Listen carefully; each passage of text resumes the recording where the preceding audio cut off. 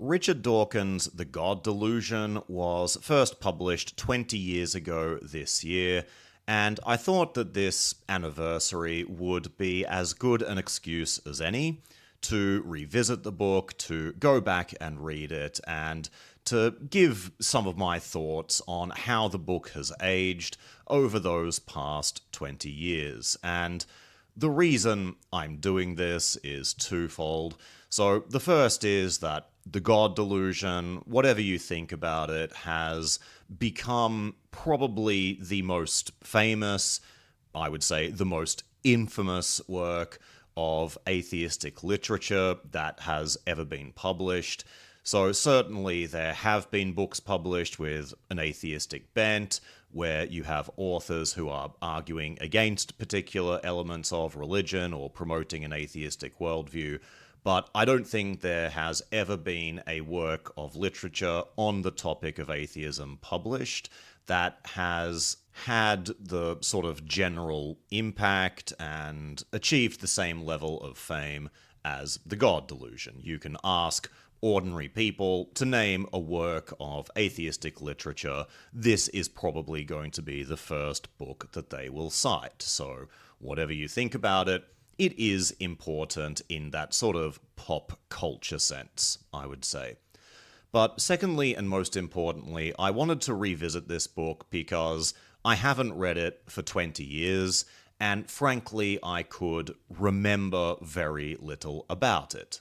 So when it came into my mind that the book is now 20 years old, I realized that I would be hard-pressed to tell you anything that was actually inside it. I remember it having a very evolutionary and biological focus, as all of Dawkins' books do, but beyond that, I really couldn't remember very much about it. And my initial experience with the book, just to give you this sort of background, so I was about 23 when it was published, so I was already an atheist, and so I didn't really need convincing of any of the ideas that Dawkins presented in this book. I don't remember encountering anything particularly new or world-shattering at the time, but when it came out, I was already a fan of Richard Dawkins for his popular science books. So my first love had always been philosophy, and by that age I'd read quite a lot of philosophy, I would say, but I was never particularly interested in science. It didn't really catch me. But there is something about the way that Richard Dawkins writes his books. He has this genuinely infectious enthusiasm for the ideas that he is discussing. And so I think by the time The God Delusion was published, I had already read certainly The Selfish Gene and The Blind Watchmaker. I think I'd probably read The Extended Phenotype as well by that stage. So I was already a fan of his science writing, so I knew before The God Delusion was published that he was a very sort of public and outspoken atheist. But it meant that I was probably genuinely quite excited to see that he was going to be writing a book on the topic of religion. This was already an area of interest for me. So I was genuinely curious to find out what he would have to say there. And I'm sure at the time I would not have been able to tell you that this book would go on to become a runaway bestseller. It would be part of a social movement whose influence, I think, has subsequently been overstated. This is the New Atheist movement, of course, and we'll talk a little bit about this towards the end of the episode, where I discuss the legacy of this book. But what cannot be denied was that with the publication of this book and the other books in the so-called New Atheist movement, so a couple of books published by Sam Harris, The End of Faith and Letter to a Christian Nation, Christopher Hitchens' God is Not Great, Dan Dennett's Breaking the Spell, and, of course, Richard Dawkins' book, The God Delusion. These were all published at around the same time, in the same period of a couple of years, and they were refreshing at the time for the frankness with which they advocated for an atheistic position. And I think that they arrived at the right time. Culturally, this was a period in time where there were great fears about the dangers of Islamic fundamentalism, of course, and the terroristic acts associated with that. But we also had George W. Bush, a fundamentalist Christian, as president of the United States, and all of these various social battles that he had initiated, relating to things like gay marriage, abortion, stem cell research, and all of these typical religious hot button issues.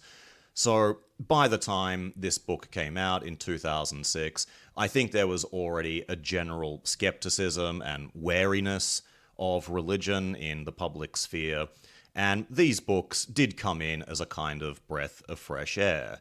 It might be difficult to imagine in these days where through social media we can publish any sort of hot takes we want on any sort of subject instantaneously, but at that time in 2006, I think atheism was still something of a taboo subject publicly.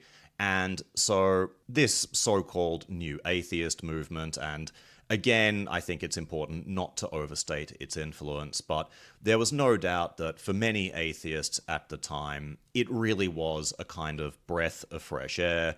Finally, someone is coming out and saying the sort of things we've been saying for a long time already. And so that was one of the main reasons why I was very interested when The God Delusion came out to read it, very enthusiastic to see what Dawkins had to say on the topic. But unfortunately, as I said, it didn't leave a particularly deep impression on me, and I basically can't remember anything about it 20 years on. So this is my chance now, on the 20th anniversary of its publication, to reread the book and just to share some of my thoughts as I go through it about the quality of the work and any criticisms I might have. So we'll go through here chapter by chapter.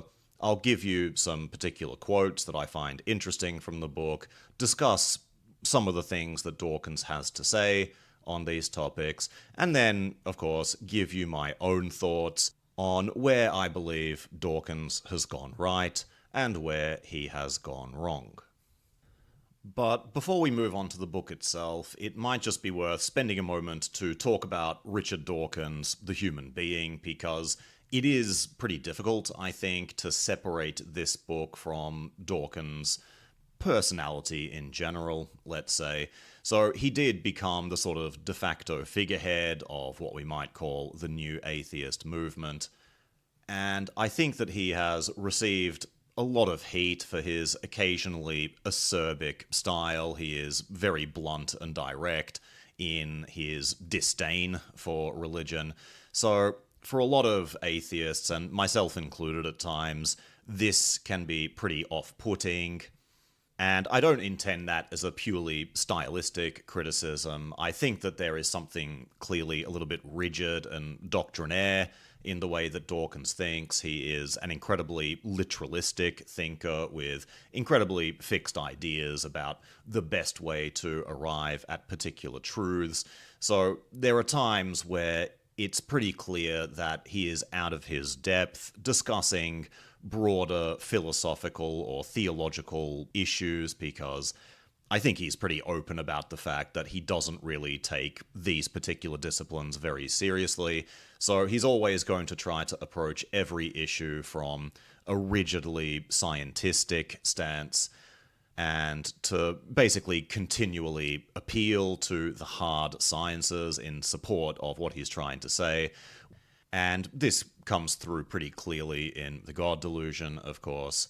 He's also had some occasionally strange outbursts about things like the sexual assault of women and transgender issues and other things like this, where, generally I think he's pretty liberal-minded. I think he's pretty left-leaning in his politics, but he does occasionally come out with some pretty stupid hot takes, and I think his latest one is the belief that chat AI agents are really intelligent, that they are fully developed human consciousnesses or something like that. But it's these sorts of qualities of the way that Dawkins speaks publicly and conducts himself that I think has left a lot of atheists pretty ambivalent about his legacy as an advocate for atheistic issues, and I think it has damaged his esteem a little bit amongst atheistic people. But I will defend him a little bit here and say that actually he's not so acerbic or as aggressive as many people like to paint him. I think you can look at many of his public debates or public conversations where, when he is in conversation with someone he genuinely respects, who he holds to be a genuine intellect worth listening to, he is actually very respectful, very deferential, and attempts to seek common ground with them, I think. So if you look at his conversation with the Archbishop Rowan Williams, that was a very civil, very polite conversation. But Dawkins' problem is that he has an incredibly low tolerance for bullshit, I think, and he doesn't really have a kind of filter which permits him to pretend to respect points of view that he believes are worthy of his disdain. And that's where he gets himself into trouble, I think. But I would say that he doesn't really deserve this reputation as a kind of mirror image of the fundamentalists he's debating, because I think his thought is more nuanced than that. I think that his body of views on various issues are not so objectionable taken as a whole. So, while I'd be lying if I said that I paid particularly close attention to anything that Richard Dawkins has to say on the topic of religion, at least in my limited experience and my experience reading through the God Delusion again, I think his reputation, both among atheists and among the wider population as well, as a militantly strident atheist, as a socially regressive, cantankerous old man, I think that this sort of reputation is largely undeserved. But as we will see, he doesn't help himself sometimes in this regard. There are passages in the God Delusion which are, a little bit beneath him, let's say, but we'll get to the book now, and yeah, I think you will see what I mean as we go through.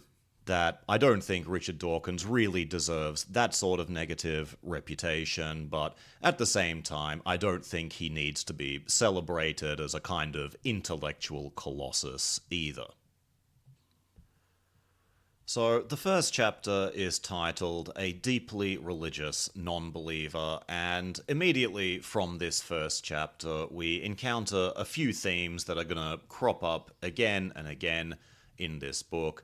So the first is that I think Dawkins sees himself very sort of consciously as a kind of ambassador for science, as someone who has been charged with this responsibility of making science publicly accessible and really expressing the sort of grandeur of science, the importance of science. I think he sees himself very much in the same vein as someone like Carl Sagan, who he references a few times in this opening chapter.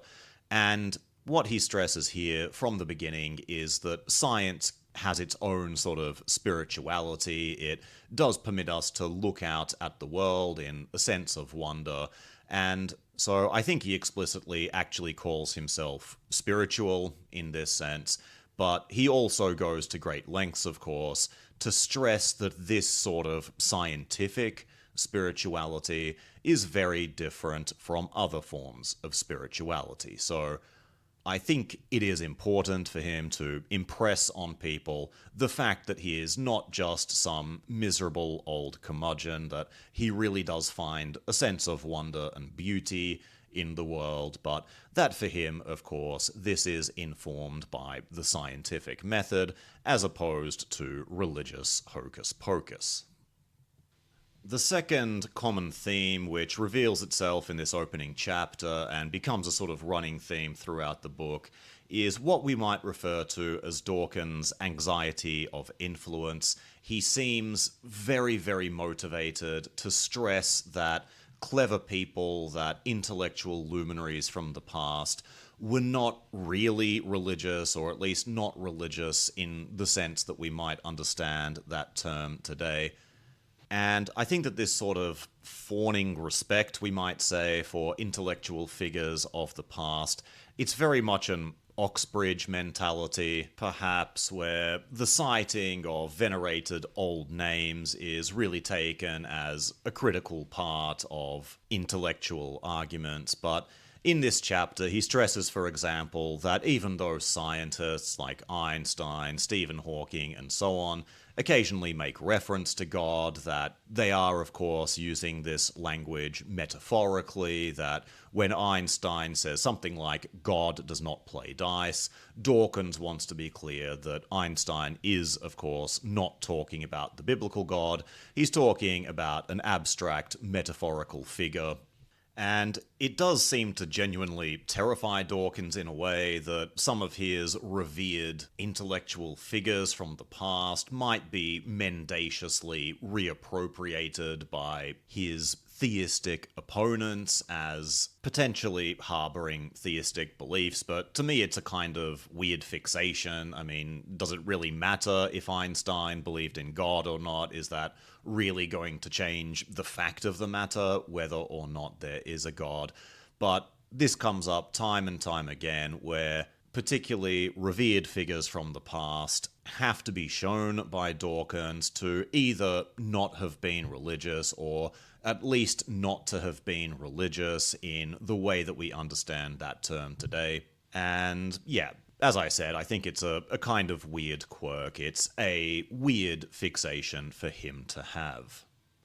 Thirdly, we immediately get the sense from this opening chapter that the God Delusion is in a lot of ways a little bit unfocused. It jumps readily from one topic to another. And I think that what's happened here is that Richard Dawkins obviously has all of these particular ideas that he wants to share. It's difficult to compress all of these different ideas about religion into a 400-page book. So the end result is that it does sort of lurch from topic to topic, giving very cursory treatments of each of those topics as a result. And I think I have some sympathy for him here, as you can tell from the length of my episodes. I'm also not very good at really focusing on one particular topic without going off on particular tangents. I also have that sense that I want to squeeze in every bit of information that I can whenever I'm discussing a particular topic, so I'm not going to criticize him too robustly for this, but it is something immediately apparent from the opening chapter that this is not so much a coherent book at times as a sort of collection of 5 or 6 page long essays that are sort of loosely related to each other. And the net result is that even though I think he was trying to be comprehensive in this book, he does leave himself open to the charge that he's not taking particular issues seriously enough or giving them the kind of depth of analysis that these ideas really deserve. So it is a common criticism that I've seen of this work that he only devotes a few pages to figures like Aquinas or other giants in the topic of the philosophy of religion.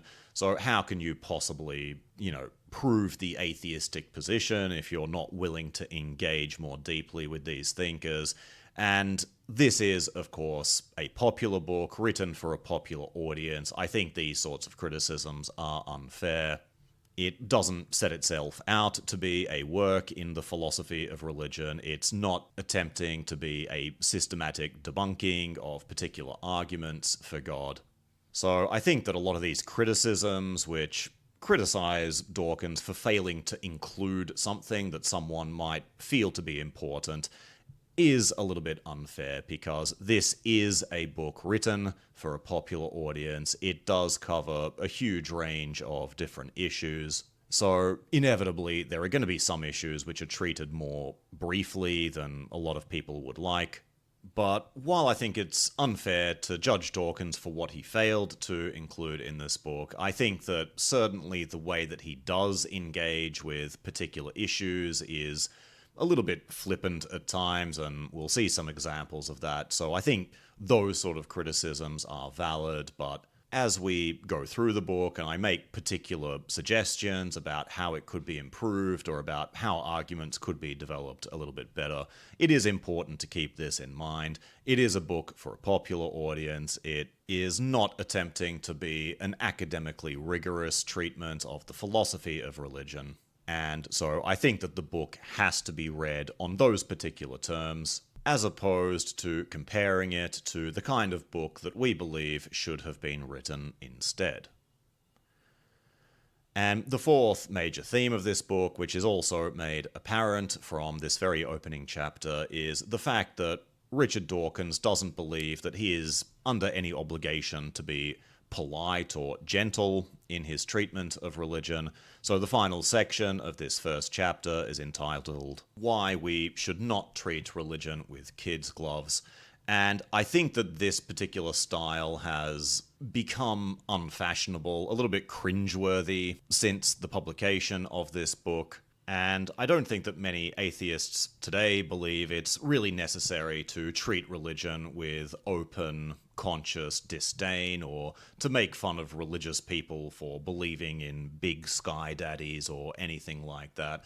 But again, you sort of have to put it into the context of the time where in 2006 it really did feel like the world was being overrun with religious nonsense. In the US, throughout the Middle East, there were genuine fears of religious fundamentalism doing a lot of damage in the world, and this was maybe the first time that many of us had experienced a public figure having the freedom to put into print some pretty direct and caustic remarks about some of the intrinsic idiocies of the religious quest.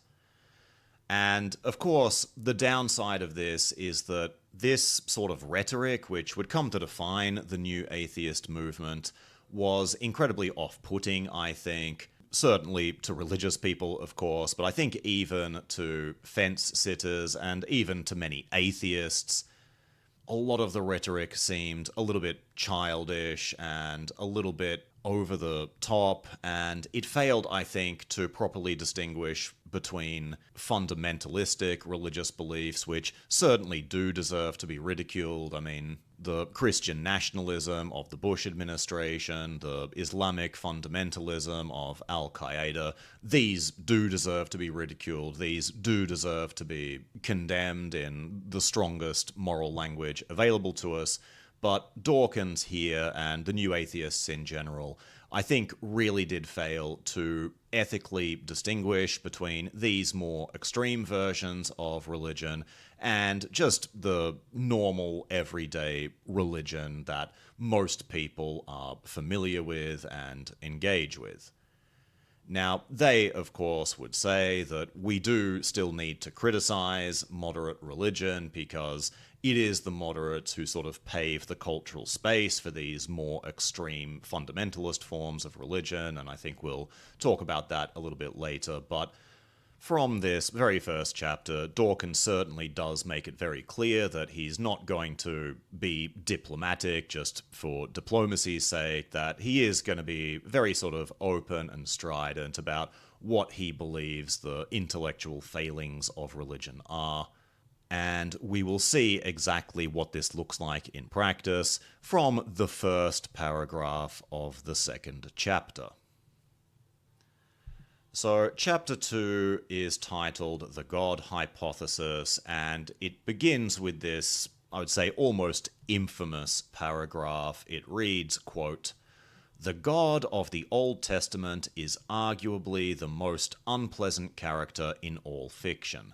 Jealous and proud of it, a petty, unjust, unforgiving control freak, a vindictive, bloodthirsty ethnic cleanser, a misogynistic, homophobic, racist, infanticidal, genocidal, filicidal, pestilential, megalomaniacal, sadomasochistic, capriciously malevolent bully." End quote.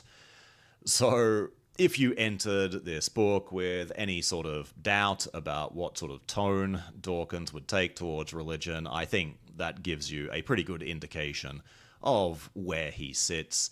And I think he was genuinely proud of this passage. It's a passage that I've seen him read from a number of times in his public appearances. You can tell that he put a lot of time and thought into choosing each word in that paragraph. And I mean, there's obviously a great deal of truth to what he's saying there. There are some pretty morally appalling stories in what he calls the Old Testament, what we should probably call the Hebrew Bible. And I don't think we should shy away from that. I think it is important to point out that religious morality at times is a genuinely abhorrent thing, and it is in no way inherently deserving of respect, purely for the fact that it happens to be religious in nature.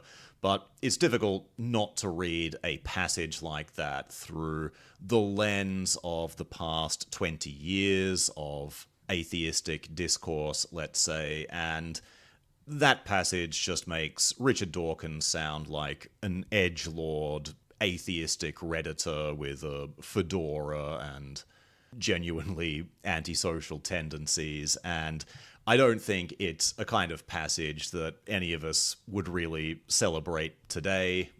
I think that it's very much a product of its time, and I think that the world needed to go through a kind of stage where these things could be spoken about openly, where people would have the freedom to be a little bit bombastic and condescending in their criticism of religion. But at the same time, I think that time has passed. And I think it's passages like that which really do date this book and which make it difficult to recommend to anyone as a genuine work of atheistic literature, which I think does a good job of presenting an appealing version of atheism to the world. But I think it's still revealing as a passage which really gives us an insight into the way that Dawkins thinks about religion. So again, this is going to be a running theme in this book, that Dawkins basically has two main views about what is wrong with religion, and that is that religious beliefs, for want of a better word, are stupid, certainly intellectually indefensible, and secondly, that religion leads to great moral evils. So when you look at the various arguments that Dawkins presents in this book, it really is focused on these two particular aspects of religion. So that is the particular beliefs that people have that are, of course, empirically unjustified. And secondly, focusing on a lot of the negative worldly consequences of religion. So, of course, as an atheist, I don't believe that the majority of religious beliefs are intellectually defensible, and I certainly do believe that religion is a primary cause of a great many moral evils that happen in the world, but religion is a very complex phenomenon. There is a lot more to religion than believing in strange things and committing ethically perverse acts. So, while I'll again stress that it's a little bit unfair to criticize Dawkins for the things he didn't include in this book, I think it's unquestionable that his focus here is much too narrow at times. He is fixated on the idea that religion is sort of a collection of strange supernatural beliefs, and that religious morality is just something that is inherently compromised and will lead inevitably to people doing very evil things. And neither of these beliefs is completely unwarranted. Again, as an atheist, I do have some sort of sympathy for this position, but we can certainly see from the very beginnings of this chapter, and we'll see it through the rest of the book, that you certainly can't accuse Richard Dawkins of having a position on religion that is too nuanced. And we'll also see, beginning in this chapter, that although this is called the God Delusion, and although in theory this is a criticism of all kinds of religious belief, It's pretty clear that Dawkins' main focus throughout this book is on the twin evils of Christianity and Islam. I would say that these are the traditions he discusses 95% of the time. And that's completely fine. I mean, if you're going to write a book on religion, you don't have to try to dismiss every single religious tradition that exists.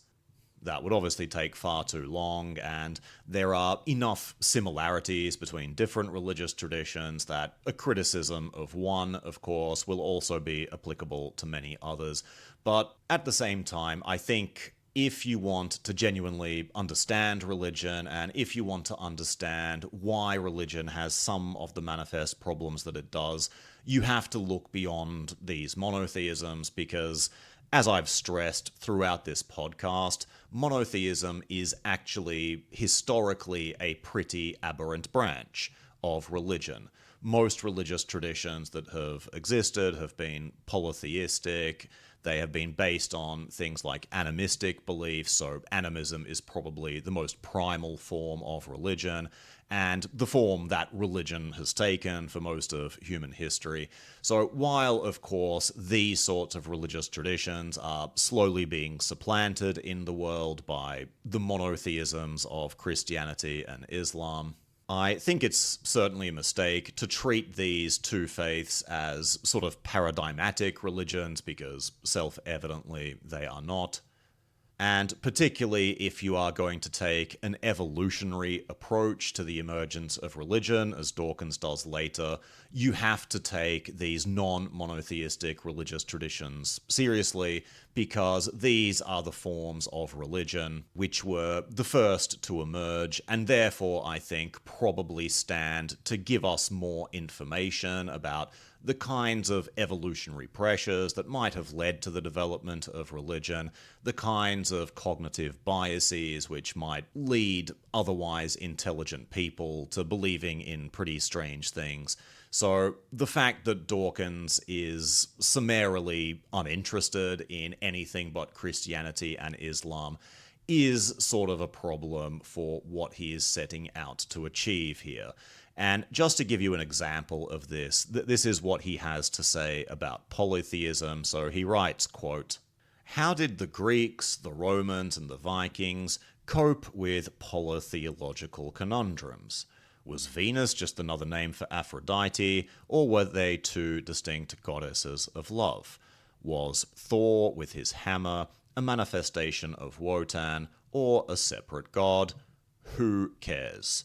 Life is too short to bother with the distinction between one figment of the imagination and many. Having gestured towards polytheism to cover myself against a charge of neglect, I shall say no more about it. For brevity, I shall refer to all deities, whether poly or monotheistic, as simply God." End quote. So, to me, this sort of blithe lack of interest in the subject that he is supposed to be studying and critiquing really is quite a problem. Again, this is not simply a stylistic critique. It's not like I feel like he should be being more diplomatic here, but rather that if you are going to attempt to explain religion from a kind of biological or evolutionary perspective, as Dawkins will do in a few chapters, you're going to need to take the subject matter of these ancient religious traditions a little bit more seriously than that. So, for example, the question as to whether Venus or Aphrodite were conceived of as being the same god or as separate gods, that can actually be a very interesting question for how it is that religious concepts are developed, for the kinds of sociological pressures which can lead to religious syncretism. So, for example, two different gods being conflated as the same god, or vice versa, where cultural separation can lead to the development of competing pantheons of gods. These are very important, I would say, but also very interesting questions for how it is that religious concepts are developed, the sociological importance of these concepts, how these sorts of concepts are cognitively processed. These are all interesting and important questions, I would say. So to simply say that you are only going to mention these topics cursorily and only so that you can reject this charge of being neglectful, of not being thorough enough, I don't think that's quite going to cut it. So it is definitely a frustration I have with this book that Dawkins obviously believes that all religious beliefs are equally stupid, so there's no particular reason to survey a wide range of different kinds of religious traditions, because basically all religious people believe the same things. All of these beliefs are equally intellectually indefensible. So why waste time looking at lots of different traditions and attempting to explain the particular differences that people have in those traditions? But if you're going to make the case that religion sort of leads inevitably towards moral evil, if you want to suggest that many of the features of religion can be explained by evolutionary development, then you do need to explain things like Buddhism, for example, which does not typically have a theistic conception of divinity, in fact, which in many of its forms is functionally atheistic. Why is it that the Buddhist religion and Buddhist cultures have generated similar levels of moral evil to Christian cultures or Islamic cultures? So you can go and study the history of any Buddhist majority country. There has been religious violence, there has been the oppression of women, there have existed all sorts of forms of moral perversity where particular sacred practices are elevated to the most important ethical duties we have, whereas other seemingly more important duties like feeding the poor are forgotten. So what explains this then? And I think that if you are going to attempt this broad brush criticism of religious belief and religious practice, then you have to take these sorts of differences into account, because most religious traditions are actually not particularly much like Christianity or Islam. So simply criticizing these two traditions, pointing out all of the silly things that Christians and Muslims believe, all of the evil things that Christians and Muslims do, that is not a treatment of religion. That is simply a treatment of those two particular faiths. And, I mean, maybe that in itself would be excusable, but the difficulty is that he treats Christian and Islamic doctrines with the same sort of cursory dismissal. So this is what he writes about the Trinity, for example, quote, "Rivers of medieval ink, not to mention blood, have been squandered over the mystery of the Trinity, and in suppressing deviations such as the Arian heresy. Arius of Alexandria in the 4th century AD denied that Jesus was consubstantial, i.e. of the same substance or essence, with God. What on earth could that possibly mean, you are probably asking. Substance? What substance? What exactly do you mean by essence? Very little seems the only reasonable reply." End quote. Now, honestly, I do have some sympathy with what Dawkins is saying here, so if you go back to one of my earlier episodes about why a priori arguments for God fail, I make a similar criticism that a lot of Christian theology, even a lot of the Christian philosophy of religion, is still dependent on these scholastic, medieval philosophical categories, which includes terms like substance and essence. So my criticism of this position is that things like substance and essence don't actually correlate with anything in particular in the world. There is no particular reason to think that things such as substances or essences really exist. And beyond that, I think it's actually pretty difficult to define what a substance, what an essence would be. What would they look like were they to exist in the real world? How would they be investigated? What concrete difference would their existence or non-existence actually make to reality? And these are things that a lot of Christian theologians and Christian philosophers of religion are not particularly interested in exploring.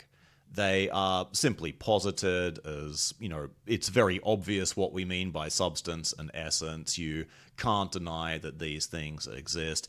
But I would say that the existence of substances and essences in the world are at least as in need of intellectual justification and defense as the very claim that God exists to begin with. You can't simply assume that these medieval scholastic categories are universally applicable.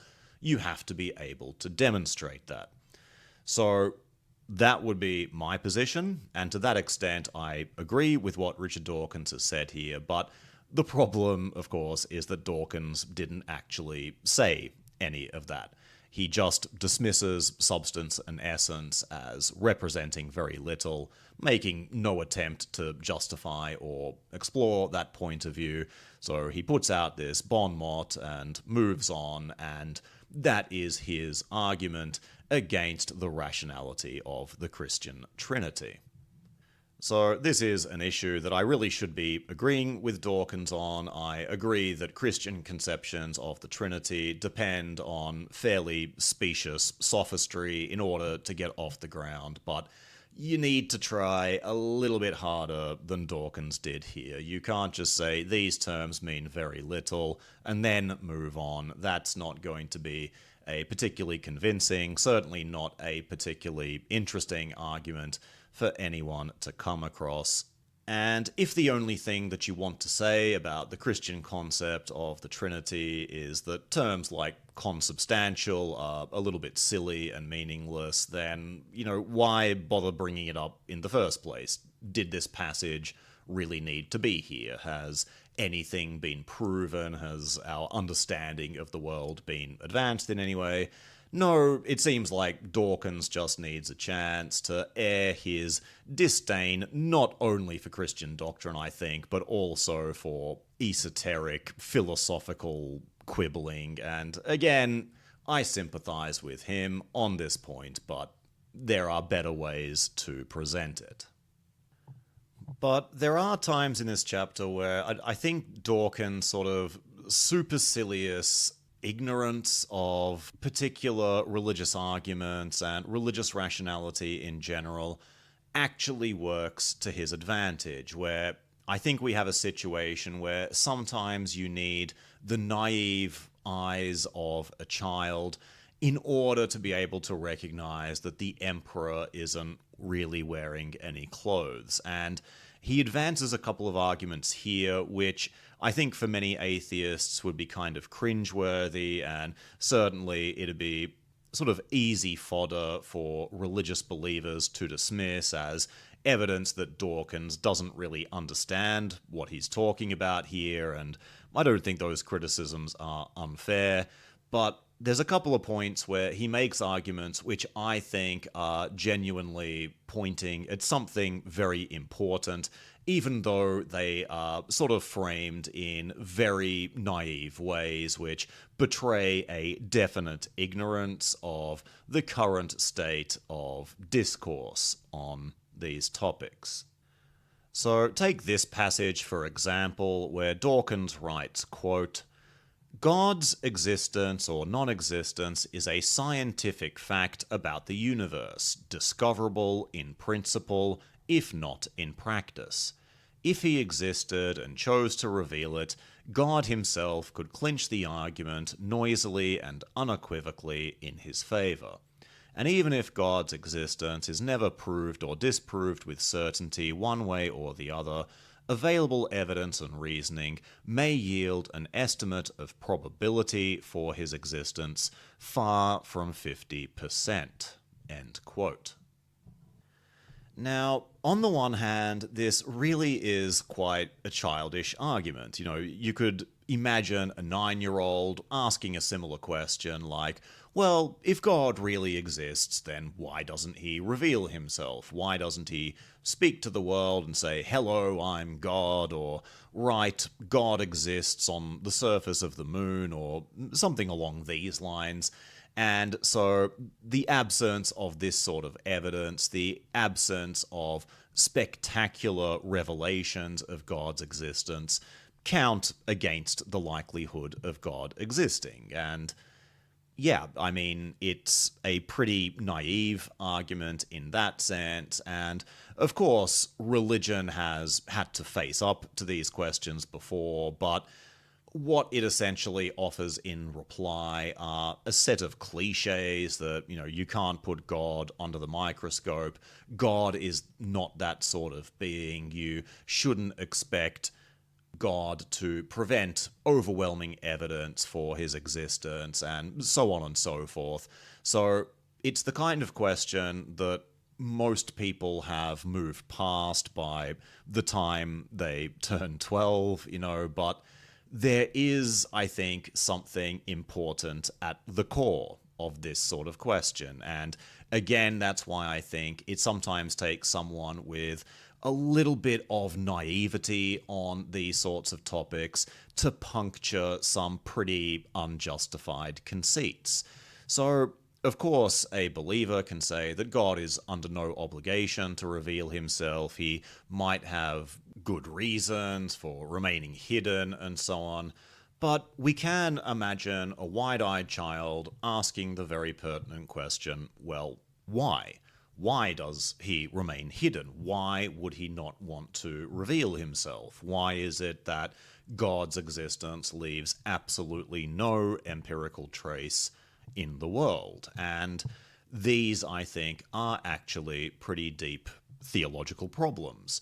So, in the first place, we could construct an argument like Schellenberg's hiddenness argument, which tells us that God is a loving being who desires a relationship with us, that this sort of relationship would be an intrinsic good for human beings, and therefore the fact that he apparently chooses to remain hidden is difficult to explain. These are incompatible dispositions, therefore God probably doesn't exist. And with the exception of the problem of evil, this is maybe the most popular atheistic argument that exists at the moment. It really is a theological problem to try to explain why a supposedly loving God who desires a relationship with us should make his existence so hard to discern.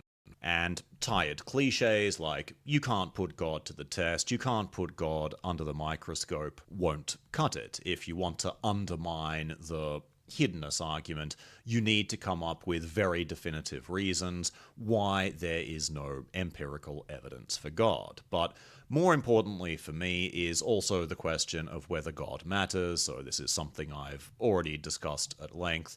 But basically, if we want to say that the existence of God matters, then we have to be able to identify some specific difference that his existence makes to the world. So if God is basically a being without properties, who is inactive in the world, who is distant, aloof, and hidden, then, who cares if he exists? It's going to make literally no difference to our lives if this sort of God exists. But, of course, if God is an agent who is actively involved in the world, who listens to our prayers and answers them, who occasionally intercedes miraculously to help us, who punishes the iniquitous and raises up the righteous in this world, of course, this sort of God would matter, but this is precisely where these empirical concerns come into play. So when I demand evidence for God, it's not because I believe that this is important for demonstrating his existence. There certainly are more abstract conceptions of God, which of course would not be amenable to evidence in this way. But what I'm asking for is some concrete details about the particular differences that God supposedly makes to human existence. And if God really is answering prayers, if God really is punishing the iniquitous, and so on, we should see evidence of this. And if there is no evidence for divine intervention in the world, then it's not a question of whether or not God exists. That's secondary to me. but rather a question of whether God's existence could be said to matter. So, does God's existence make any worldly difference at all? If yes, okay, point me to those worldly differences. Worldly differences, by definition, are an empirical matter. If God is not making these worldly differences, then, to quote Richard Dawkins, who cares? Does it really matter if this God exists or not? So, for me, when we think about evidence in a religious context, it's not a matter of using that evidence to be able to prove or disprove whether God exists, which seems to be Dawkins' main focus here, but to me it's more a question of why religion might be a meaningful pursuit in the first place, and for that reason I don't think that it is actually possible, despite the well-meaning objections of theologians, to completely separate the question of God's existence from the problem of evidentiary concerns. The fact that we really can't see God in the world, the fact that we can't put God under the microscope, the fact that we can't put God to the test, these remain theological problems, even if it could genuinely be said that these sorts of issues are irrelevant with respect to the existence of God. And there's another similar passage from later in the chapter which has a similar sort of energy to me. So Dawkins writes, quote, "The fact that orbiting teapots and tooth fairies are undisprovable is not felt by any reasonable person to be the kind of fact that settles any interesting argument. None of us feels an obligation to disprove any of the millions of far-fetched things that a fertile or facetious imagination might dream up. I have found it an amusing strategy when asked whether I am an atheist to point out that the questioner is also an atheist when considering Zeus, Apollo, Amun-Ra, Mithras, Baal, Thor, Wotan, the golden calf, and the flying spaghetti monster. I just go one god further." End quote. So, again, some pretty serious fedora-wearing atheist energy coming from that passage, but this is actually an argument with a long pedigree. I know that it's been attributed to a guy called Robert Ingersoll, who was an agnostic writing in the 19th century. Basically, that when it comes to everyone else's religious beliefs, religious people are fairly clear that those people must be mistaken about those religious beliefs, that the beliefs of other religious traditions are somehow untrustworthy or, frankly, not even worth paying attention to. So, in that respect, they are atheistic with respect to the gods of other religious traditions. So the only thing that separates a Christian, say, from a genuine atheist is that while the atheist rejects all gods, the Christian rejects all gods but one. Now, as with the last argument we looked at, I think that theologians have a set of sort of complacent cliches that they can fall back on to do away with this issue and to treat the issue as though it's been solved. So, commonly, you'll hear something like, the kind of God that monotheists, that, Christians, Jews, and Muslims believe in is not the same sort of thing as a belief in Zeus or any of these other more limited gods of polytheism, because the god that they believe in is not just one god amongst many gods, but rather, the ground of all being, existence itself. So it would be a category mistake to conflate this sort of belief in a fundamental cosmic essence, let's say, with the belief in a very limited and anthropic figure like Zeus. Or if the monotheist is feeling charitable, they might say something like, well, these are just different understandings of the same ultimate reality. every culture sort of puts its own interpretational gloss on what this ultimate divinity is like. So, of course, Christianity, Islam, the monotheisms have a more accurate picture, perhaps, of what God is actually like. They understand that God is not just an anthropic force who does special things in the world, but again is rather the ground of all being. And so when the ancient Greeks spoke of Zeus, this was their sort of roundabout way, their culturally influenced way of speaking about the very same God that we are talking about. So of course, God is not really like Zeus. The Greeks were to that extent mistaken, but at the same time, in a spirit of pluralistic harmony, we can recognize that each religious tradition is sort of pointing at some ultimate truth, albeit just sort of framed through the lens of their own particular cultural idioms. So there's no problem left to explain here. All of us, Christians, the ancient Greeks alike, believed in divinity, and it doesn't matter what name you give that divinity, we are essentially talking about believing in the same thing. So I think it's come to be viewed as a little bit gauche or a little bit naive or ignorant to be citing problems related to religious disagreement as in any way being a problem for the existence of God.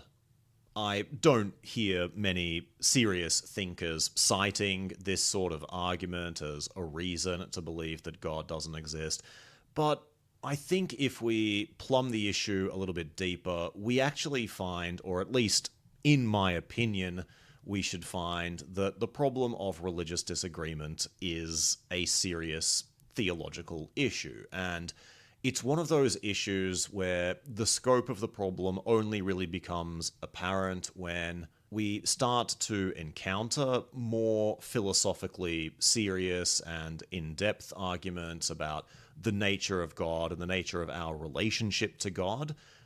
And it's only when you encounter these more philosophically serious arguments that are probably attempting to deal with some other issue that the problem of religious disagreement really rears itself as a problem. So if you are someone who takes that second approach to the problem of religious disagreement and suggest that religious disagreement is just a product of cultural differences, that really all religions are sort of pointing towards the same fundamental truth, the same metaphysical substrata of existence, which we might call God, then we are left with the problem which I already talked about in episode 16 when discussing John Hick's concept of the real, that it appears to reduce adherence to particular religious traditions as a matter of pure indifference. If the ancient Greeks and contemporary Catholics are ultimately celebrating the same thing, that they are just approaching divinity from different but equally valid angles which have been informed by the particular cultural context in which they live, then it really doesn't matter whether I attend a Catholic Mass to celebrate God, or whether I attend an orgiastic, wine-fueled ceremony out of devotion to the god Bacchus. These are equally valid ways to think about and to approach God, to approach the fundamentally real layer of divinity which supposedly undergirds all existence. So, if that is the case, why would I become a Catholic? Why wouldn't I become a member of the cult of Bacchus? Or why would I not become a Muslim or a Buddhist or a Hindu or anything else? Because these are all apparently equally valid ways of approaching the question of God. And to me, as an atheist, none of this is really a problem. I would actually agree that religious adherence is much more a question of culture than it is a question of what is actually fundamentally true, but I don't think many believers today would accept that. I don't think any Christian would want to hear that what the ancient Greeks believed about divinity were ultimately just as valid as what the Christian of today thinks. So, this sort of pluralistic attitude towards religious epistemology basically undermines the value of any particular form of religious adherence. But if we want to take the other tack and to say that actually beliefs that Christians have about the nature of God are not really the same thing as the kind of beliefs that the ancient Greeks had about God, that these are two different kinds of beliefs, that it would be a category mistake to conflate belief in God with belief in Zeus, for example, then we're left with some pretty serious problems about actually how it is that God reveals himself in the world and how it might be said that human beings can have anything like reliable knowledge of God's nature. So this is where, if you look at a sophisticated philosophical defense of religious epistemology, so again, I'm going to bring up Alvin Plantinga, just like I am contractually obliged to do so in every episode, but he speaks of what he terms reformed epistemology, and this is basically a defense of the reliability of particular intuitions that we have about the nature of God. So he suggests that we have something like a sensus divinitatis, a special faculty which permits us to reliably distinguish divinity in the world, or, signs of God's goodness, signs of God's existence, something like that. And here he depends on a process called process reliabilism, which suggests that if we have a faculty for tracking certain truths in the world, so let's say we have eyes which can reliably track the existence of color in the world, that we are justified in accepting the truths that we glean from these particular processes, so long as we have reason to believe that these processes are functioning in a normal way. So if I look at a tomato and my eyes tell me that the tomato is red, then I am justified in believing this particular fact. I don't need any further justification for my belief that the tomato is red, because I have faculties which are designed to track redness in the world. These faculties are telling me that the tomato is in fact red. Therefore, I am justified in trusting that process and believing that the tomato is in fact red. But if, for example, there is something that is interfering with this process, so let's say I am wearing glasses with a particular tint in them which makes everything in the world look red, now I would not necessarily be justified in saying that the tomato is red, because the process that has led to this particular belief is unreliable. My red detecting faculties have been compromised by the wearing of these glasses. Now, Plantinga's argument would be that we do have a sensus divinitatis, a special faculty for detecting the existence of and the goodness of God in the world, and so therefore we are justified in trusting the intuitions we have which tell us that God exists. Now, there are any number of problems with this particular point of view. We're not going to go into all of them in detail here, but the relevant problem for what we are discussing is exactly this problem of religious disagreement. So, if we really do have a sensus divinitatis for detecting divinity in the world, Plantinga is obliged to explain why it is that the majority of people who have detected divinity in the world have a vastly different conception of divinity to his own. If the ancient Greeks had a sensus divinitatis that is apparently just as reliable as our own, why did the Greeks fail to arrive at a concept of God that is in any way remotely comparable to Plantinga's? As Plantinga himself would probably argue, the belief in Zeus, the belief in Yahweh, these are two completely different things. So where did the Greeks go wrong? Why is it that most of human history has produced beliefs in divinity that Plantinga would be obliged to view as mistaken. Why have the majority of beliefs about divinity in the world throughout human history taken the form of polytheism and animism as opposed to monotheism?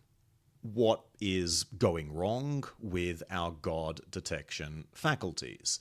And if Plantinga's reformed epistemology or something like it cannot be shown to work, then we're left with the problem of how exactly it is, how it could be imagined that we can actually have access to truths about God, other than scripture and special acts of divine revelation.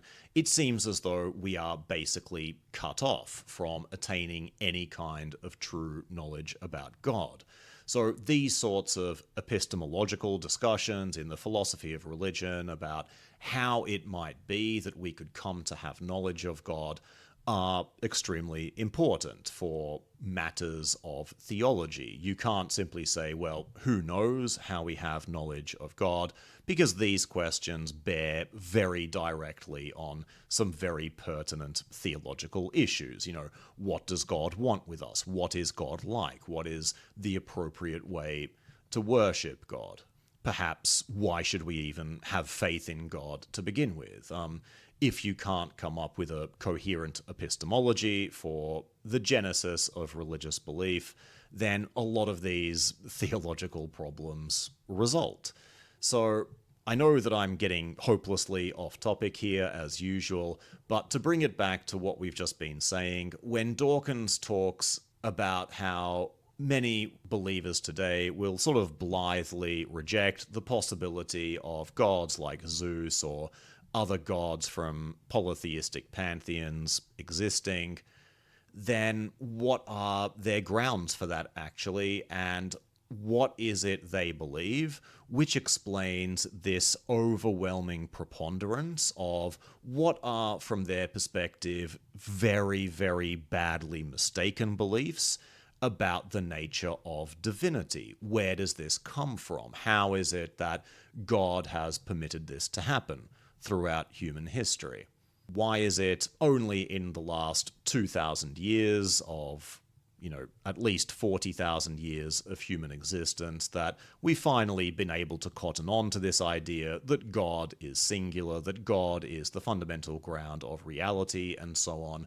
Why did every other culture prior to the advent of the Abrahamic faiths get the nature of God so very, very wrong? So, again, Dawkins doesn't explicitly say any of this. This is not the argument he was making, but I think that the fact that Dawkins is probably largely ignorant of these sorts of issues, the fact that he is too naive to understand why it is that theologians dismiss arguments relating to the problem of religious disagreement, is what sort of gives him the bravery to ask this sort of question to begin with. And to me, that is quite refreshing, actually. Someone who is childlike enough to fail to recognize their own degree of ignorance on this topic, but thereby able to point, however indirectly or spuriously, to what I think is a pretty important truth about God. And speaking of God, we now move on to chapter 3, which is entitled Arguments for God's Existence. And this is where Dawkins first tackles, let's say, philosophical or academic arguments for the existence of God. And it's pretty clear from the outset that he believes that this is a little bit beneath him, that it's a little bit of a waste of time to even engage with these arguments. He never really, as we'll see, attempts to properly sort of philosophically debunk these arguments or point out where the logical fallacies are, for example. Rather, what he tends to do is to engage in a kind of parodying of these arguments, or just a disdainful dismissal of these arguments, and You can tell he's really not enjoying himself in this chapter, but obviously there is an obligation to address these arguments, and that's what he attempts to do in this chapter. So he begins with Thomas Aquinas's famous 5 proofs for the existence of God, and he sort of dismisses these in the space of 2 or 3 pages. And this is, of course, one of the criticisms that we've mentioned already of the God Delusion, that, this is a body of work from Thomas Aquinas that has stood the test of time for 800 years. Philosophers have been debating its implications in depth during all that time, so you're not going to be able to defeat them in 2 or 3 pages. Dawkins obviously doesn't understand the subject matter here, but honestly, I think that the response he gives to these arguments are relatively decent considering their brevity. So if you're not familiar with Aquinas's 5 arguments, the first is the argument of the unmoved mover. So this is something that originated with Aristotle. So here the idea is that everything in the universe is constantly changing or moving, but something cannot move unless it is moved by an external force. And if you trace this chain of causation back, you must end up with a kind of unmoved mover, something that is capable of putting other things into motion without ever having been put into motion itself. And Aquinas, of course, associates this with God. So that's the first proof for God. The second is what has been called the argument from first cause, or efficient cause. So here the argument is that we observe a chain of cause and effect in the world. Nothing can be its own efficient cause.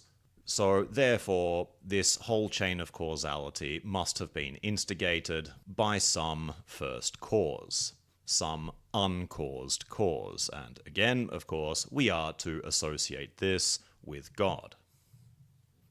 And Aquinas' third proof is the argument from contingency. So this says that everything that we observe in the universe, everything around us in the world, is contingent in nature, which means it depends for its existence on something else, something anterior or prior to it. But if everything is contingent, there must have been a time where nothing existed, and so therefore there was nothing to create these contingent beings. So the logic runs that there has to be at least one necessary being which has its own independent existence. It is not contingent upon anything else for its existence. This necessary being would serve as the ground for all of contingency and therefore all of existence. And again, we are to associate this being with God. So Dawkins addresses all 3 of these first arguments together, and he basically dismisses them in a single paragraph, and this is what he writes, quote, "All 3 of these arguments rely upon the idea of a regress and invoke God to terminate it. They make the entirely unwarranted assumption that God himself is immune to the regress. Even if we allow the dubious luxury of arbitrarily conjuring up a terminator to an infinite regress and giving it a name simply because we need one, there is absolutely no reason to endow that terminator with any of the properties normally ascribed to God. Omnipotence, omniscience, goodness, creativity of design, to say nothing of such human attributes as listening to prayers, forgiving sins, and reading innermost thoughts." End quote. Now, again, I think it would be fair to criticize Dawkins here for sort of a bit too breezily hand-waving away these arguments. Certainly what he's presented here would not pass muster in an academic setting. You would have to be a lot more rigorous than this. But again, this is not an academic book, and I think actually Dawkins here identifies 2 key problems with these first 3 proofs for God that Aquinas offers, and actually some pretty difficult problems for a priori arguments for God's existence in general. And if you're interested in exploring this topic in a bit more depth, you can go back to, I think it's the 7th episode I did, which runs through some of the general problems that all a priori arguments for God's existence share. But focusing on Dawkins' argument here, he identifies two key problems that these sorts of a priori arguments are going to face. So the first is this idea that we can simply invoke God or something else as a terminator to a particular regress because we just don't like regresses. So there has to be something which stops that regress, so God seems as good a candidate as any to stop that infinite regress. But a couple of questions, of course, arise. First, why would we assume that there must be a terminator to this regress? Maybe these processes are infinite, and, there are, of course, arguments that the theist can raise, which shows the impossibility of so-called infinite regresses actually existing in nature. William Lane Craig goes into depth on this topic at every chance he has, but what's happening here is that we are using our ordinary intuitions, our ordinary human intuitions about how the world should be, and using those intuitions to infer how things really are. And again, I spoke about this in episode 7, but human intuitions can't really be trusted to make these grand pronouncements about what is possible, what is impossible, and about what reality is like at its most fundamental levels. So there is something about the existence of an infinite regress, of an infinity of causes, that really does offend our intuitive sensibilities about how the world should be. But why is it that our intuitions should be expected to dictate to reality what it can and cannot actually involve? So, of course, it's impossible to mentally represent what an infinite regress looks like, but that does not mean that infinite regresses are impossible. You are going to need additional arguments to make that case.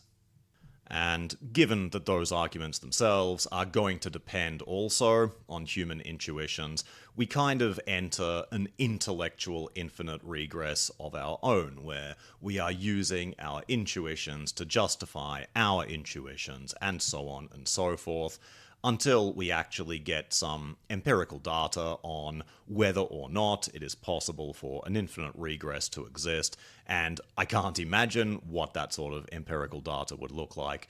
There doesn't seem to be any way for us to rule out the possibility that the past is just infinite, that there is nothing but an infinite stretch of causes that have no beginning. And even if you're not convinced by that line of thinking, even if you really believe that there must be a termination somewhere to this regress, it's a little bit arbitrary, as Dawkins says, to associate this termination with a kind of metaphysical grounding, such as God. So when you examine these arguments, they use this very definitive language like everything that moves has to be moved by something else. Everything that is contingent must have an efficient cause, things like this. But then actually they make a singular exception to this rule. So everything has to be moved by something else except the unmoved mover. So there is at least one kind of thing to which this rule doesn't apply. Everything that exists is contingent and has its own efficient cause outside of itself. But again, there is a single exception to this. There is one thing which exists that has this property of necessary being. So if we are permitted to make these exceptions to these supposedly inviolable rules, why would we necessarily invoke a god to serve that function? As I talked about in the episode I've already referenced a couple of times, why not simply say that the universe itself has these properties? So if we have the luxury of saying everything but one thing is contingent, everything but one thing is being moved by something else, why not make that exception for the universe itself? Why not say the universe is the unmoved mover, that the universe is necessary being? And there are actually good reasons for ascribing these properties to the universe, and we're not going to go into depth on this here, but when I say, why not ascribe properties traditionally ascribed to God, to the universe instead, I'm not just doing this because I want to make mischief. I'm doing it because I believe that the universe really is the kind of thing that would serve as a kind of terminator for these infinite regresses, as the kind of being who could serve an existential grounding function in the same way that God is in the theistic imagination. And that brings us to what I think is Dawkins' second valid point here, which is that all a priori arguments suffer from this problem of what we might call the underdetermination of the explanans. And that is just a fancy way of saying that even if these a priori arguments do establish the existence of something like a necessary being, an unmoved mover, and so on, the arguments themselves do not give us a reason to assume that a concept like God is the best candidate for this explanans, for the thing which explains what we want to be explained. So there are any number of suitable candidates with very different properties to God, which might be able to serve exactly that same function as a terminator of all these regresses which offend our sensibilities. And there are naturalistic candidates for this sort of explanans. So we've already spoken about the universe potentially serving this function, but others have suggested that something like the universal quantum wave function would also serve as a suitable explanans with respect to this problem that everything that exists depends in some way on the existence of the universal quantum wave function. This function does not appear to have been caused by anything else. It does not appear to depend on anything else for its existence. So therefore, why shouldn't this be a necessary being? Why shouldn't this be used as an explanation for why we don't need to be worried about infinite regresses?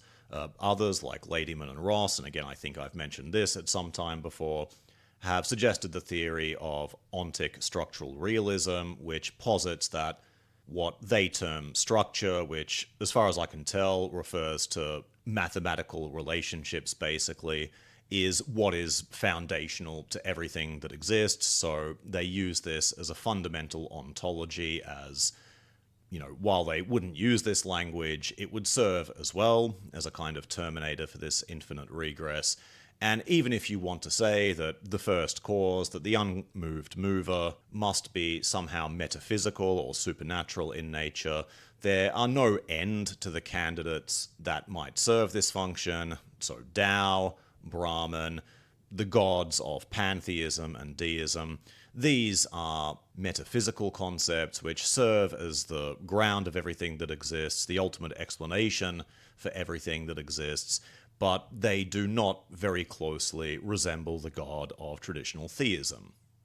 They are not conscious in any appreciable sense. They certainly are not interested in the travails of human beings. These are just blind cosmic forces that do what they do with complete indifference to human existence. But it seems apparent to me that they would serve this function of a metaphysical terminator of infinite regresses just as well as the God of theism. So again, we have that question, even if you want to argue that we require a supernatural metaphysical grounding for everything that exists, that in no way by itself supports the existence of a theistic God. So, although I had to flesh out his argument a bit there, I will give Dawkins credit for, in the space of a paragraph, offering what I think are two very trenchant criticisms of Aquinas' first three proofs for the existence of God. And he also provides cursory dismissals of the fourth and fifth proofs as well. We won't get into that here because this is already going to become a very long episode. But there are other arguments for God he tackles that I don't think he quite tackles with the same sort of aplomb as right there. So this is, for example, how he tackles Anselm's ontological argument. So as a quick recap, Anselm asks us to think of the greatest possible being. Then he asks us, isn't it greater for this particular being to exist in reality than only in the mind? And since that perfect being who exists in reality is greater than the perfect being who exists only in the mind, that perfect being must exist. We must call him God. Now, to me, this is like a really bizarre argument, but strangely, if you asked me what is the most difficult argument for God to rebut, which one do I find the most difficulty coming up with cogent arguments against, it's this one, where you read the argument and, I mean, it's self-evidently preposterous. I don't think anyone could really take this seriously as a proof for the existence of God, but it's actually kind of difficult to identify exactly where the problem is. And if you twisted my arm, I would say that Immanuel Kant was on the right path when he suggested that existence is not a predicate, so it's not as though you can have a perfect being without existence and then just tag the property of existence onto that being to make him exist. That's not how properties work. But otherwise, yeah, it's a difficult argument to identify exactly where the failure in logic is. But Dawkins doesn't really attempt to engage with this argument here.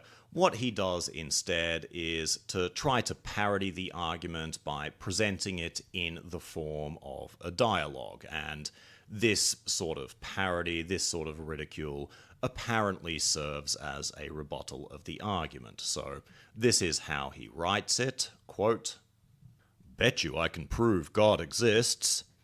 "Bet you can't." "Right then. Imagine the most perfect thing possible." "Okay, now what?" "Now, is that perfect thing real? Does it exist?" "No, it's only in my mind." "But if it was real, it would be even more perfect, because a really perfect thing would have to be better than a silly old imaginary thing. So I've proved that God exists. Ner. All atheists are fools." End quote. So, firstly, if anyone's in need of some high-quality voice acting, please give me a call. But secondly, with respect to Dawkins' argument there, I mean, what is there to say? Chef's kiss, 10 out of 10, perfect, no notes. That is just pure distilled Dawkins. This idea that the argument is so stupid that all you need to do is make fun of it, to parody it this way, and you've made the argument go away. I think that really does sum up his attitude to these arguments for God. He really does not believe that they are worth the intellectual exertion to properly engage with. And again, I kind of sympathize with him. I'm very frustrated by a lot of the sophistry and a lot of these completely unearned metaphysical complacencies that theists help themselves to when they are constructing these arguments. But if that's how you feel, then maybe don't engage with them in the first place. You don't have to write this book. You don't have to acknowledge the existence of Anselm's ontological argument if it is so beneath you. And yeah, I mean, this doesn't really serve any function. It's just, look at how stupid Anselm was. How could anyone take this seriously? And there's a few other arguments, of course, for God's existence that he addresses here, and we're not going to spend so much time on these. But he brings up, for example, arguments from religious experience, and here he's mostly bringing up examples of things like pareidolia and promiscuous pattern recognition. So this idea that a lot of religious thought is based on the promiscuous attribution of meaning to random noise, and there have been studies which show that certain aspects of religious thought share common features with what we might call schizoid personality types, where both religious people and people who are disposed to schizophrenia tend to find spurious patterns of meaning in nature, of identifying patterns that don't really exist in the world. But I think that this sort of religious experience, this promiscuous attribution of meaning, is a smaller component of what religious experience involves. Most people, when they talk about having a religious or spiritual or mystical experience, are not just seeing faces on the moon or seeing the number 7 everywhere or something like that. These are much more cognitively complex experiences than that, and again, I don't blame Dawkins for not necessarily exploring the full wealth of religious experiences, but suffice it to say, he doesn't really address the core issue here. He just addresses a very fringe aspect of religious thought and attempts to show why those particular experiences should be treated as illusory. And he then tackles so-called arguments from scripture, and here this is basically just a litany of criticisms of inaccuracies in the Bible specifically, and again, the various moral atrocities that the Bible presents. So this is, I think, nothing new for any atheist, and probably in itself not a big problem for believers to acknowledge. There are various ways that a believer can address scriptural issues like this. It's not really relevant, I would say, to the existence of God. Then Dawkins tackles Pascal's wager for some reason, and I think at parts in this chapter he really is going after the low-hanging fruit. So first of all, Pascal's wager is not really an argument intended to show that God really exists, or even that God's existence is necessarily likely. All it shows is that we have good prudential reasons for believing in God.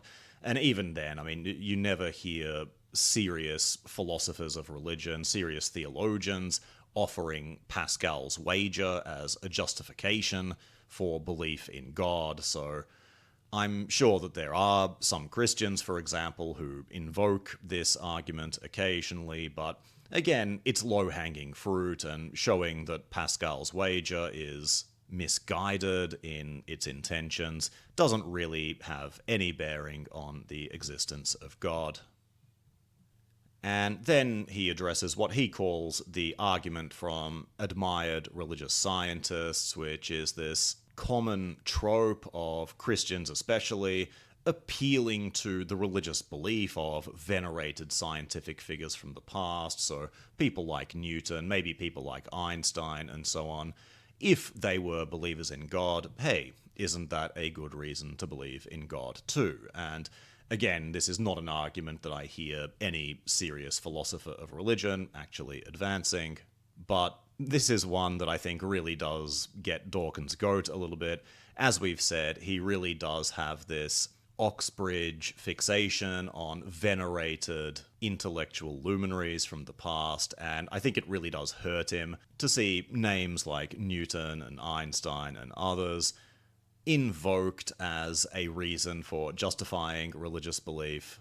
So he goes to great lengths here to show why some of these venerated figures, or, basically every clever person throughout history, has not really been properly religious, and of course he needs to cite these studies which show that non-religious people, on the whole, tend to be more intelligent than religious people. It's very important to get that little jab in, but again, this is largely irrelevant. If Christians want to point to Newton and Newton's Christian beliefs as a justification for their own beliefs, they're welcome to do so, but of course we can all recognize that Newton's own personal religious beliefs have no particular bearing on whether or not God exists. And finally, I'll just quickly address what he calls the argument from beauty, and I want to address this because, again, I think it points to something very, very striking about Dawkins' personality and about Dawkins' own particular fixations, because it's pretty clear that he does find beauty in particular Christian art and particular Christian music. And he's even gone so far as to call himself in recent years a cultural Christian, and we shouldn't overlook the political overtones of a claim like that. We know exactly which group of people cultural Christianity is invoked to exclude. Let's not go there, but let's take him at his word and say that I think he genuinely does have a great passion and respect for a lot of this Christian art, but this is how he explains it in The God Delusion. So he writes, quote, "I have no reason to doubt that Raphael and Michelangelo were Christians. It was pretty much the only option in their time. But the fact is almost incidental. Its enormous wealth had made the church the dominant patron of the arts. If history had worked out differently, and Michelangelo had been commissioned to paint a ceiling for a giant museum of science, mightn't he have produced something at least as inspirational as the Sistine Chapel? How sad that we shall never hear Beethoven's Mesozoic Symphony or Mozart's opera The Expanding Universe. And what a shame that we are deprived of Haydn's Evolution oratorio. But that does not stop us from enjoying his creation." End quote. And to me, there is something genuinely charming about how disarmingly and unself-consciously sincere Dawkins is about this. His sadness that he never got to hear Haydn compose a concerto about Darwinian evolution. I think that he really does have this passion both for classical music and for the wonder of science, and he really doesn't care how uncool or déclassé it sounds to say that he wants to hear a symphony about the expanding universe or the Mesozoic era. To me, that's just kind of wonderful. It is, of course, quite preposterous, and something that unfortunately validates every sort of stereotype that people might have about atheists. But yeah, like I said, to me, this is completely harmless. I find it incredibly charming, the passion that he has for science, his genuine belief that an exploration of the natural world can provide the same sense of awe and majesty and beauty as these religious artistic productions. So for all of the negative things that we might be saying about Dawkins here, I think it really is important to keep that aspect of his personality in mind. I don't think he is a cantankerous old curmudgeon. I think he really is someone with a genuine passion and a genuine enjoyment for the things he studies.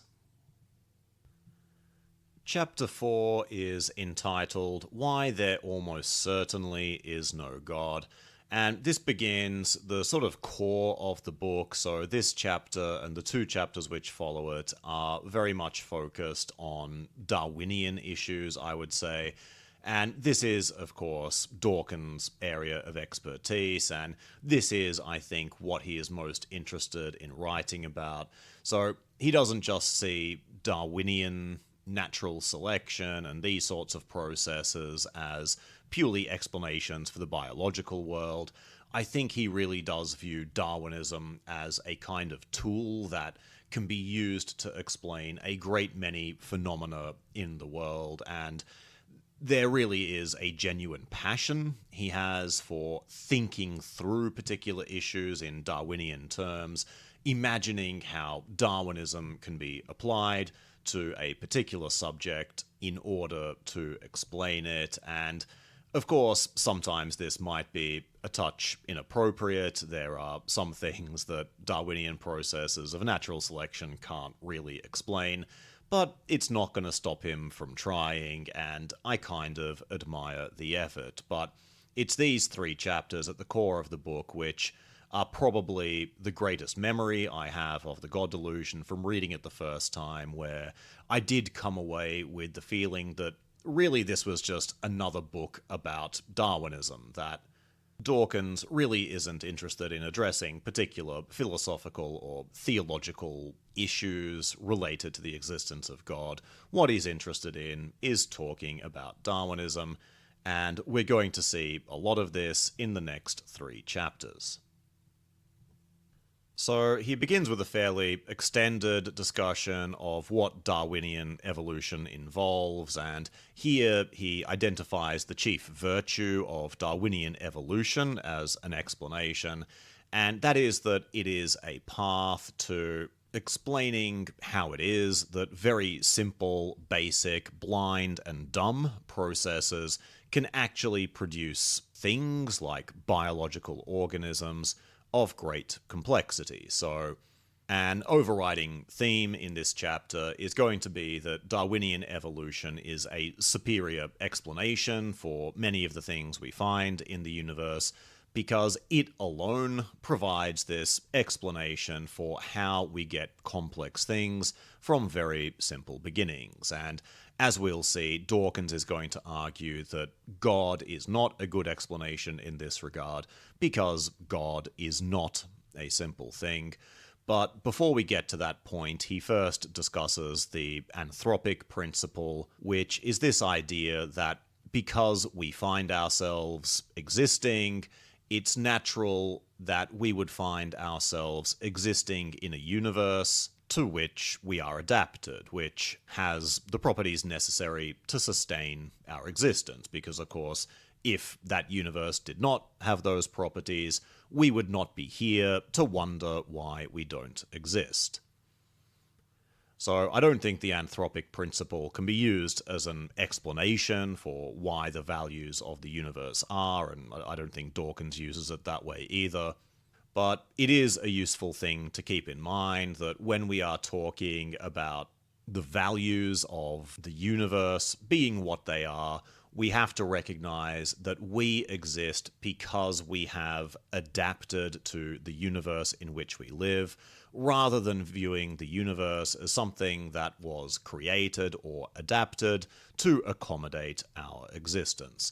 So Dawkins, I don't think he specifically references the fine-tuning argument here, but it's pretty clear that he's bringing up this sort of argument to diffuse that sort of teleological thinking that really there's no mystery in why our universe has life-sustaining properties, because we are beings which depend on a universe having life-sustaining properties, so therefore if the universe didn't have those properties, we wouldn't exist in the first place. Given that we exist, it's perfectly natural that the universe should have these properties.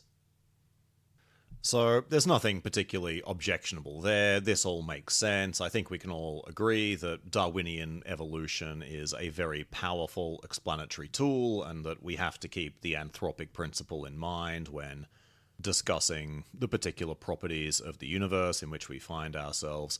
But where Dawkins gets himself into trouble here is something that we already touched on, and that is his insistence that Darwinian evolution is a superior explanation for the universe as compared to God, because Darwinian evolution gives us this path from going from something simple to something complex, whereas Dawkins would argue that invoking God is to invoke an agent, a kind of being that is already more complex than the thing it's supposed to explain. And so if we have that manifest complexity, this complexity of God, then we really haven't explained anything. We have just deferred this problem of why we have the complexity of biological organisms or the properties of the universe, for example, and just simply transferred it to God. But now Dawkins would insist we have this problem of explaining where God's complexity comes from,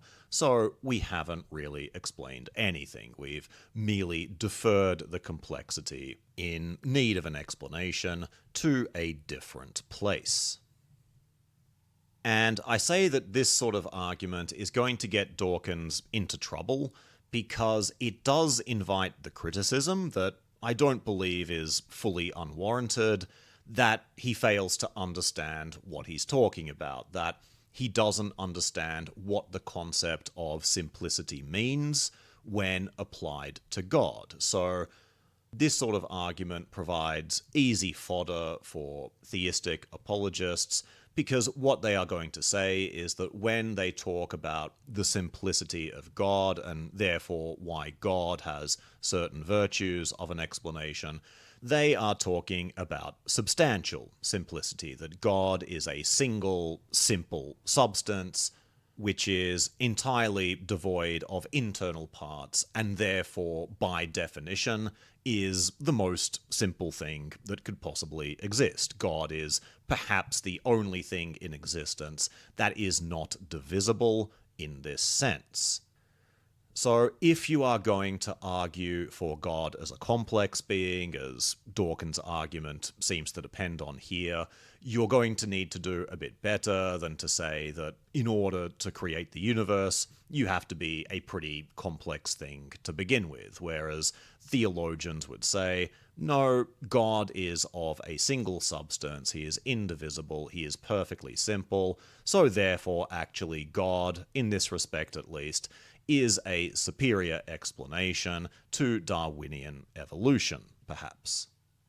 Now, to his credit, Dawkins does at least mention this definition of simplicity in passing, so I think he refers to Richard Swinburne here, who defines the simplicity of God in terms of this reference to substance. But the trouble is that Dawkins doesn't really address that. He basically just says, no, that's not what I mean by simplicity, that's not a good definition of simplicity, so I'm going to ignore it. And again, I kind of sympathize with him here. I think that arguments for divine simplicity often depend on no small amount of sophistry and technical, philosophical, and theological terminology that depends entirely on a priori reasoning that doesn't necessarily have any support in the empirical world. So I sympathize with his rejection of this point of view, but at the same time, if you are going to make this argument, which depends on the identification of God with something complex, you have to spell out exactly how that works. And to me, it's frustrating because there are some pretty simple arguments against the coherence of divine simplicity that Dawkins could have easily introduced and summarized in half a page. That would have given what he has to say a bit more heft. But again, he seems to feel that this is a bit beneath him, that if someone is talking about the simplicity of the divine substance, that this is obviously just mindless sophistry, it's barely worth even acknowledging in the first place.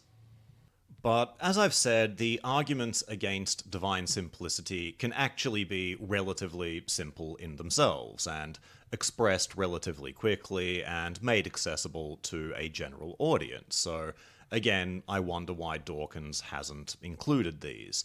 So he could mention something simple like, if we insist on this concept of divine simplicity, then we are essentially collapsing the attributes of God, and we are left with the necessity of insisting, for example, that God's omniscience and God's omnipotence are exactly the same thing, because God cannot have parts. If he is simple, he cannot have a part of him which is omniscient and a part of him which is omnipotent. These have to be collapsible into the same basic properties, or more accurately perhaps, collapsible into the divine essence itself, which possesses no distinguishable parts.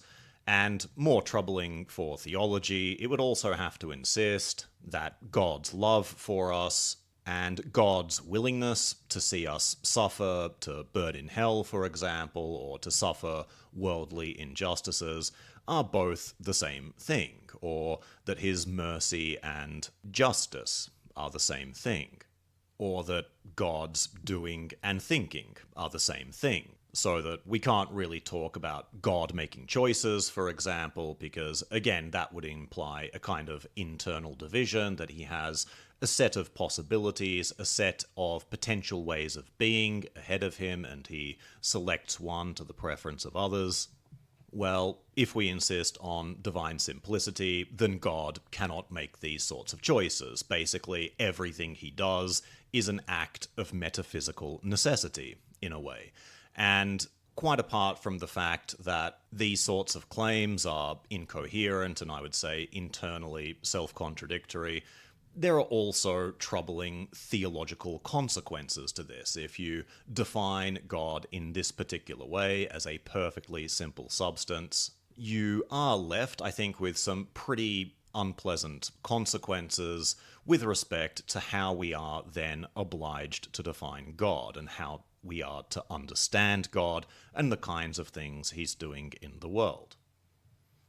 Or, if Dawkins had wished to be a bit more philosophically adventurous, he could target the language which is used to express divine simplicity. So the language is that for something to be metaphysically simple in this way, there has to be a lack of distinction between the existence and the essence of something, and that supposedly God is the only kind of being who could fit this description. So, in contrast to ordinary things which exist and which sort of possess properties, God is unique in that his only real property, if we can call it that, is existence, and the divine essence is simply to be defined in those terms as a necessarily existing thing.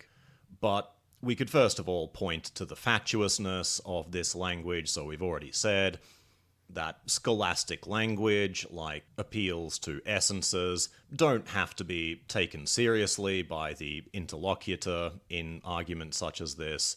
We are under no obligation to accept the claim that essences are real things in the world with the sort of causal powers to determine the kind of thing that a thing actually is. And it's making my eyes water a little bit just to use this kind of language. But even if we accept the claim that essences are something that we should take seriously, it's not clear to me that God is the only kind of being that would have this property of existence and essence being conspecific things. So if we think of something as basic as a square is a quadrilateral shape.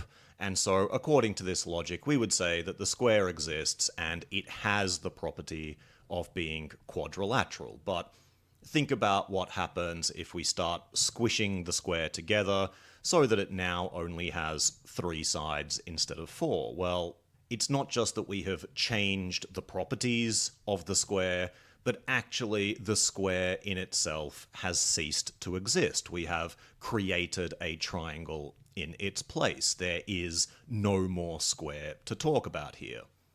So maybe I've missed something, but it seems apparent to me that the essence and the existence of the square are conspecific. If you take away the quadrilateral property of this shape, the square simultaneously ceases to exist as well. The essence and the existence of a square are conspecific things, and I would say there is a great deal of sophistry in this argument. I'm not seriously trying to make the claim that the existence and the essence of a square are conspecific things, because, to be perfectly frank, I don't care if they are or not, but it seems apparent to me that there is no reason to privilege a being such as God in this respect, that if we are free to use this language with wanton abandon, sort of unconcerned by empirical concerns, why shouldn't I be allowed to say that the existence and the essence of a square are conspecific in the same manner that the existence and essence of God supposedly are?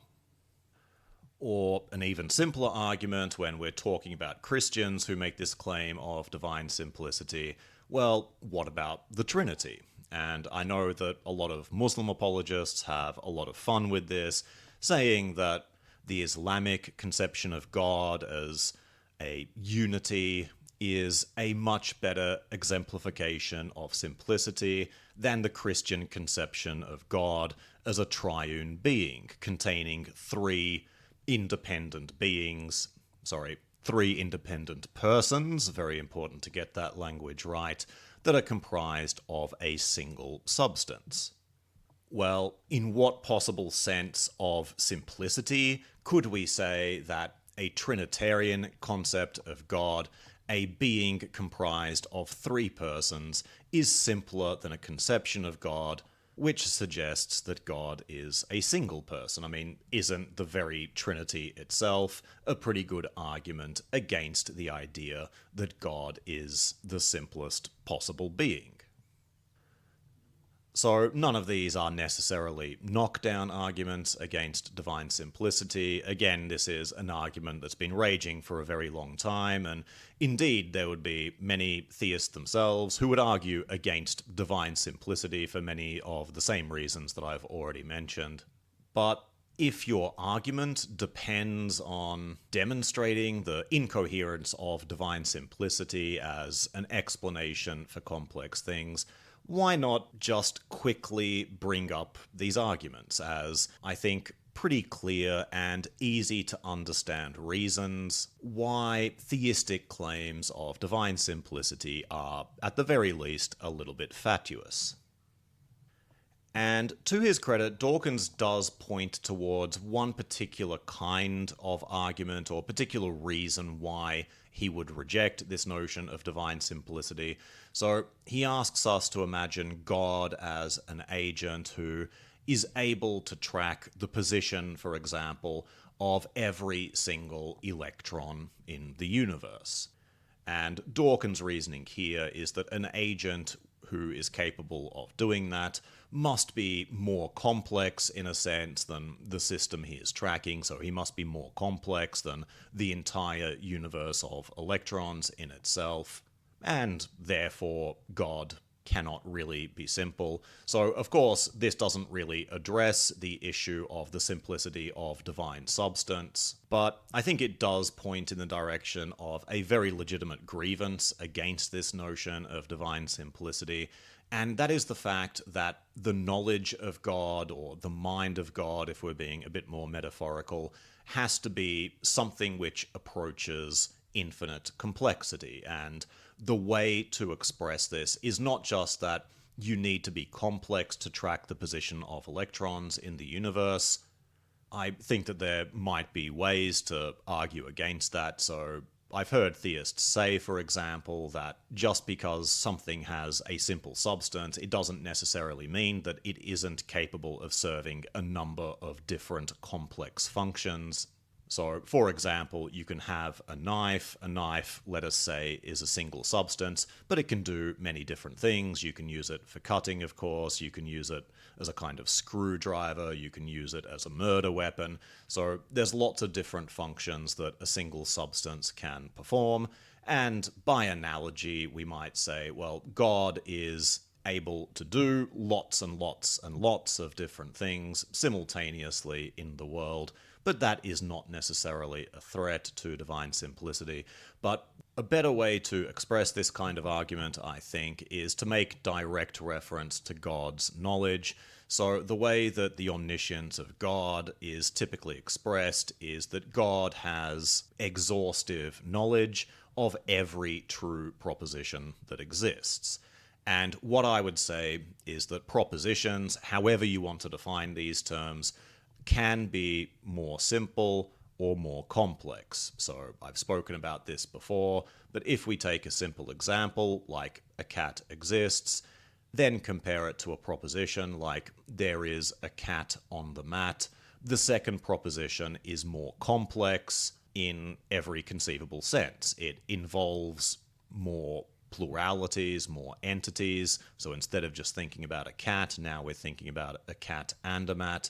It's more complex by virtue of the fact that it invokes particular relationships between these entities, so we have to properly understand concepts like to be on something, to be under something, and so on. And given that the number of entities, existent or non-existent, that can be invoked in prepositions are basically infinite, and given that the relationships between different entities are exponentially more than the number of entities there are, God's knowledge, God's mind, becomes basically infinite, of infinite complexity. He is going to need to understand that something like the number 7,000 is bigger than the number 4,000, and he's going to have to know the truth of every single proposition involving every single number. And because numbers are infinite, the complexity of God's knowledge has to be infinite as well. And so, in terms of God's knowledge, it doesn't matter how you define simplicity or complexity, I don't think. You can't get past this problem that you have to invoke the existence of a real infinity here. God's knowledge has to be infinite. And moreover, it's an infinity that is undeniably complex. So I don't think that theists can get around this problem that the existence of God, A, invokes a kind of necessary existing infinity of sorts, and B, that God is by definition more complex than the entirety of the rest of existence. And when we put it in these terms, I think that Dawkins actually makes a very good point here, that theism isn't a particularly good explanation to the extent that it requires invoking certain kinds of things that supposedly we should be trying to avoid. We should be trying to avoid positing these actual infinities. We should be trying to avoid helping ourselves to the kind of pre-existence of complex being. So, given that, in what sense does invoking God actually help us to explain anything? Theism doesn't really seem to explain the problem at hand, it just seems to defer the problem from the natural world into a supernatural one. And so for the rest of this chapter, Dawkins sort of runs with this line of thinking, this idea that we want to explain complexity in terms of something that is fundamentally more simple, and takes this Darwinian logic and attempts to apply it to the universe itself. So he starts talking about these various theories which have been proposed, which suggest that the universe itself is subject to a kind of Darwinian pressure. So actually, lots of universes are being created all the time. Most of these universes do not have properties which contribute to their fitness or their survival. So most universes, for example, if the cosmological constant is not at the right value, they're either going to expand far too quickly or collapse far too quickly for anything to happen. So there's actually going to be a pretty narrow range of universes that are capable of surviving in this way. And if you can imagine that there are all these different sorts of universes and that different universes sort of spawn off from existing ones. So I think Dawkins mentions this idea that universes can actually be produced inside black holes, that if you go to the singularity in a black hole, that this can actually be the sort of seed for a new separate kind of universe. And I have seen these ideas seriously proposed. They are, of course, incredibly speculative ideas for which we do not yet have any kind of evidence, but of course they are suggested by serious cosmologists who certainly know more about the issue than I do. But Dawkins uses this sort of example to advocate for what he calls Darwinian consciousness raising, this idea that we should take the lessons that we have learned from Darwinism in the biological world and to apply it to a wider range of phenomena. That if Darwinian processes can explain the emergence of complexity in the biological world, why shouldn't we expect similar processes to explain complexity in other domains, such as in cosmology, physics, and so on? And again, I think this is a little bit like the old adage that if the only tool you have is a hammer, that everything starts to look like a nail. I think Dawkins has such a depth of understanding of Darwinian processes and is so enamored with this idea that he just can't help himself in trying to apply it to literally everything else as well. And as I said, if we're talking about the evolution of the universe, there are serious thinkers who have proposed this as an idea, but it is incredibly speculative. It is pretty off-topic, I think, for the theme of this book. But I bring it up because, again, I think it's pretty indicative of where Dawkins is coming from. He has this one grand idea which he understands very well, which he obviously also finds a lot of aesthetic value in as well, in its role as an explanatory tool, and so he's going to invoke it at every chance that he gets, and that is going to be a continuing theme in the next 2 chapters as well. But we've just passed the 2-hour mark, so I think we will leave it there for now. So I'll come back next week with the second part of this review with chapters 5 to 10. So until then, thanks again for listening. Hope you enjoyed. See you again next time. Bye bye.